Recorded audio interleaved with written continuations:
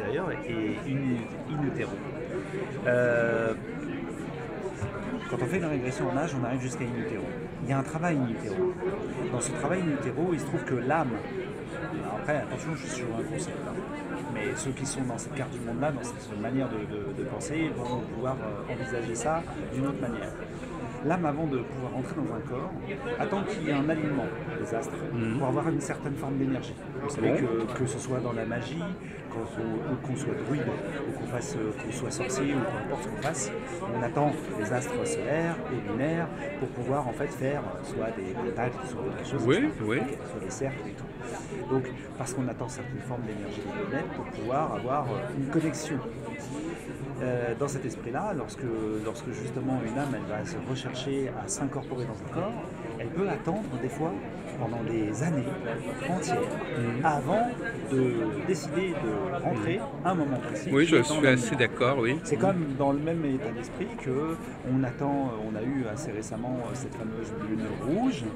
Oui, il y a quelques semaines. Il y a quelques jours. Même quelques jours, oui, c'était la lune rousse. Eh bien, elle était annonciatrice. Il y avait déjà, elle était annonciatrice de certains changements. Pour beaucoup de personnes, on a eu beaucoup dans les réseaux ésotériques, fin d'un cycle, début d'un autre, etc. Ce genre de choses. Je ne rentrerai pas dans ce débat-là.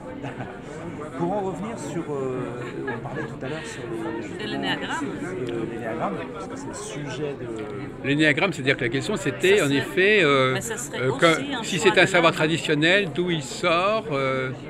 Bon, c'est un autre problème. Alors, ça dépend si vous voulez parler de ça ou autre chose.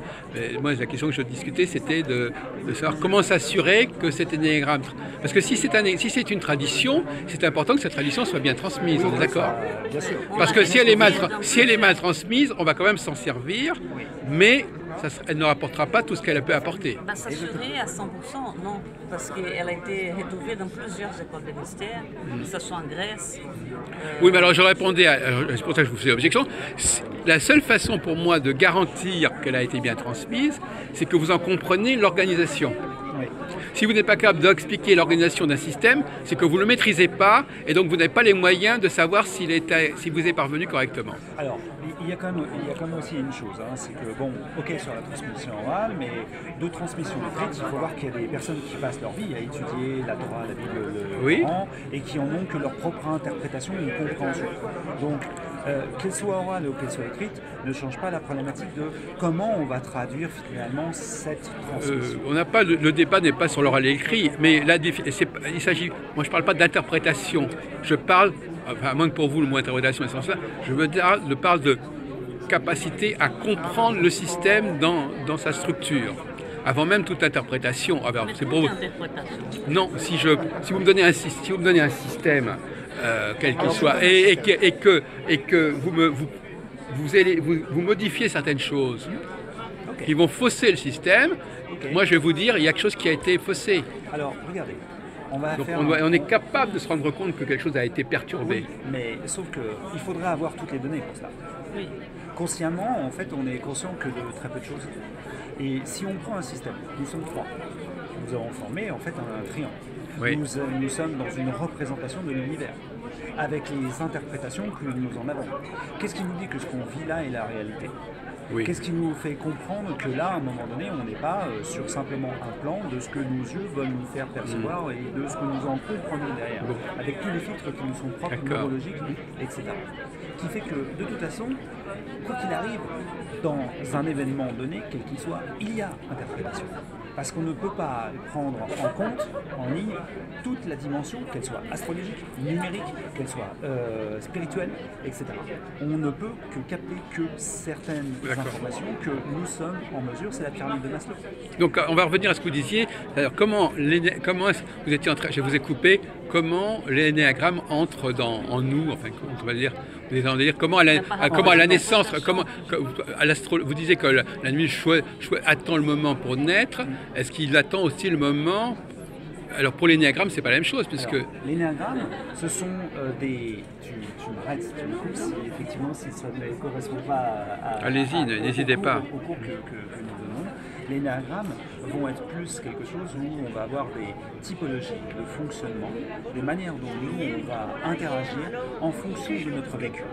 Par exemple, si vous êtes, moi je suis j'étais typé base 7 diagrammes, d'un profil d'une mère base 1, d'un frère base 1, où on demandait la perfection, et moi, forcément, en conflit avec les intérêts familiaux, etc., entre ma mère, mon frère, qui était parfait, et que moi, que j'étais le deuxième, je suis derrière, et que je ne voulais surtout pas être parfait pour ressembler à mon frère, et bien du coup, la fuite a été dans le typé 7.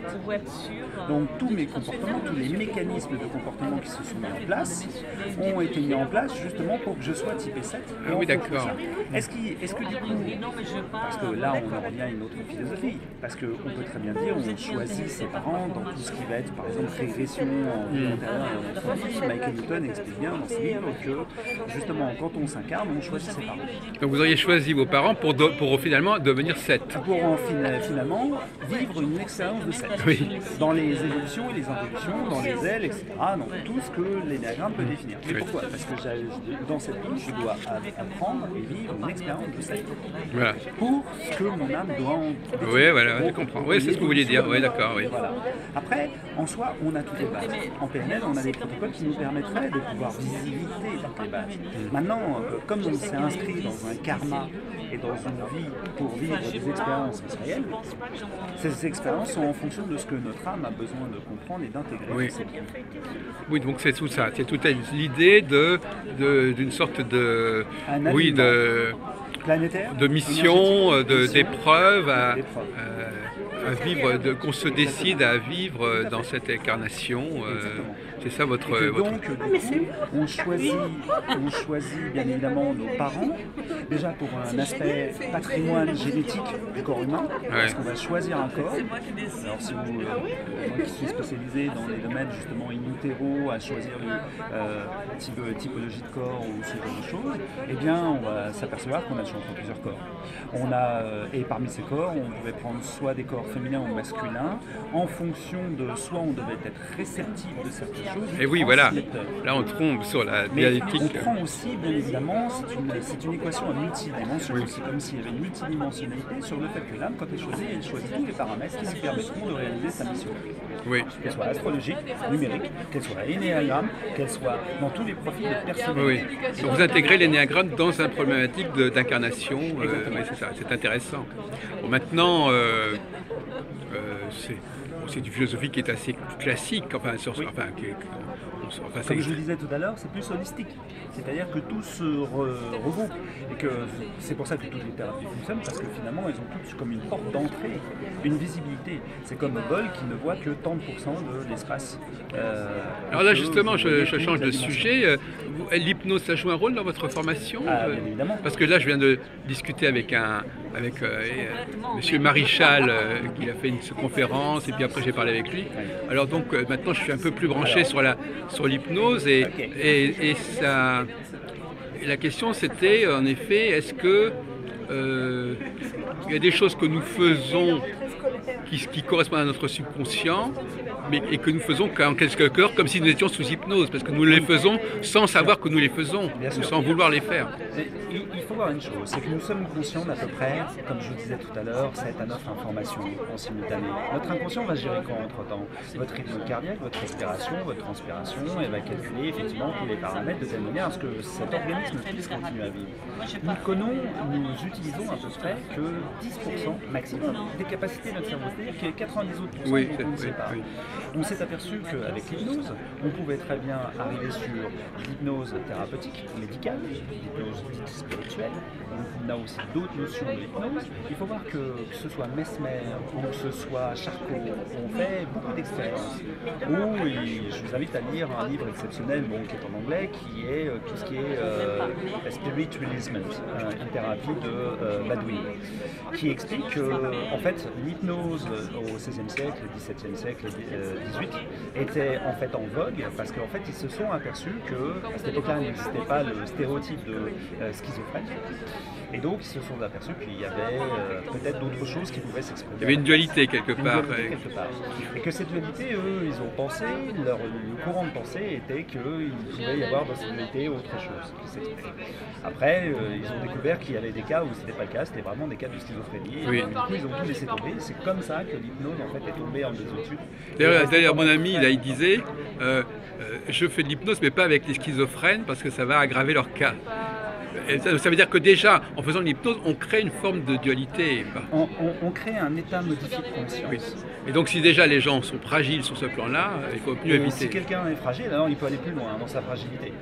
Voilà. Et bien souvent, le souci qu'on peut avoir sur certains types d'hypnose, quand on fait de l'hypnose de régression en vie antérieure, imaginez que dans la vie antérieure, vous soyez mort d'une mort très violente. Et que cette mort très violente a été donnée par votre épouse ou votre père ou autre chose. Quand vous revenez dans cette vie-là, à un moment donné, vous retournez dans votre corps et vous reprenez conscience que des colères que vous avez contre votre père, vous ne savez pas pour quelle raison vous les avez, mais vous découvrez que dans une vie avant, il a été votre bourreau. Et que dans cette vie, vous êtes la victime. Intéressant comme concept, justement, sur le triangle de Karpman, qui va faire qu'à un moment donné, vous avez une intégration d'un ensemble de données.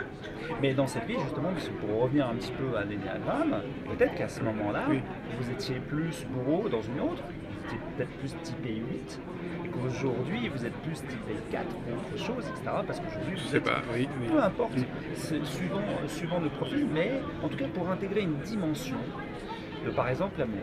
Qu'est-ce que l'amour? L'amour, c'est ce que vous en comprenez dans cette incarnation, dans cette vie. Maintenant, vous pourriez très bien comprendre avec un type base 2 qui va être je veux que les gens m'aiment. Et donc faire tout pour se faire aimer. Mais vous pourriez très bien être type base 4, tu m'arrêtes si je me trompe, moi mais qui serait je m'aime. Et que un petit peu comme si la boucle se rebouclait, un petit peu comme si finalement on devait vivre toutes les positions entre j'ai besoin d'amour et je veux en recevoir, je m'aime et j'ai besoin d'en donner, et toutes les dimensions de tout ce que tout ça peut apporter. Alors ce que je voudrais revenir sur une des objections que je faisais sur l'énéagramme, mais d'une manière, c'est pas forcément l'énéagramme, c'est aussi bien le zodiaque. C'est-à-dire que toute disposition qui est relativement complexe, qui comporte plus de 4 facteurs, que ce soit 9 ou 12, etc. Moi, je reconnais qu'à un moment donné, je pense que le cerveau, on n'a plus le même contrôle intellectuel d'une description. Vous demandez à des gens de se situer sur 12 possibilités ou 9 possibilités, je crois qu'ils sont beaucoup moins aigus que si vous leur proposez un choix à 2 possibilités. Bien sûr, parce que c'est plus facile de choisir quand il y en a 2 plutôt quand